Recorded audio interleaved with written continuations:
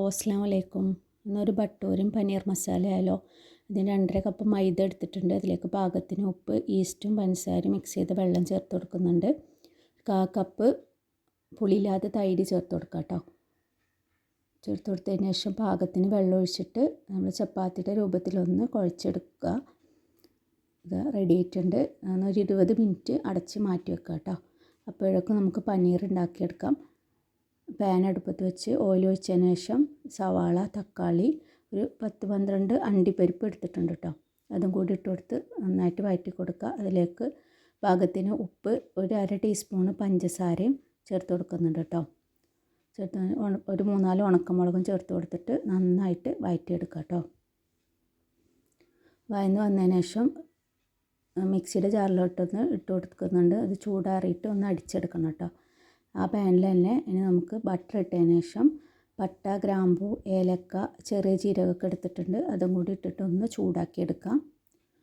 അതിലേക്ക് പനീർ ഇട്ട് കൊടുക്കുക കേട്ടോ. കഷ്ണങ്ങളാക്കിയിട്ടുള്ള പാക്കറ്റാണ് എടുത്തിട്ടുള്ളത്. ഒന്ന് ഫ്രൈ ചെയ്തെടുക്കുക. അതിലേക്ക് ഗ്രീൻ പീസും കൂടി ചേർത്ത് കൊടുക്കുന്നുണ്ട് കേട്ടോ. ഇത് ഹാഫ് കുക്ക്ഡ് ഗ്രീൻ പീസാണ്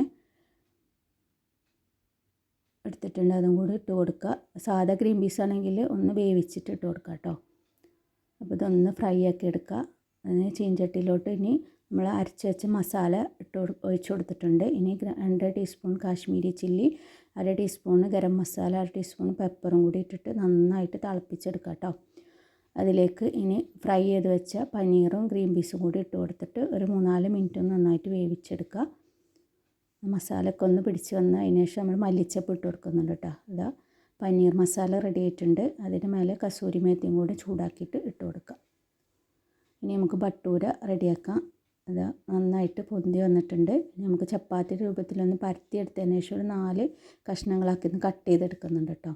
ഇനി ചീഞ്ചട്ടി ചൂടാക്കി ഓയിൽ ഒഴിച്ചതിന് ശേഷം ഓരോന്നായിട്ട് നമുക്കിതുപോലെ ചുട്ടെടുക്കാം കേട്ടോ. അതല്ലാതെ അതുപോലെ ചുട്ടെടുത്തിട്ടുണ്ട്.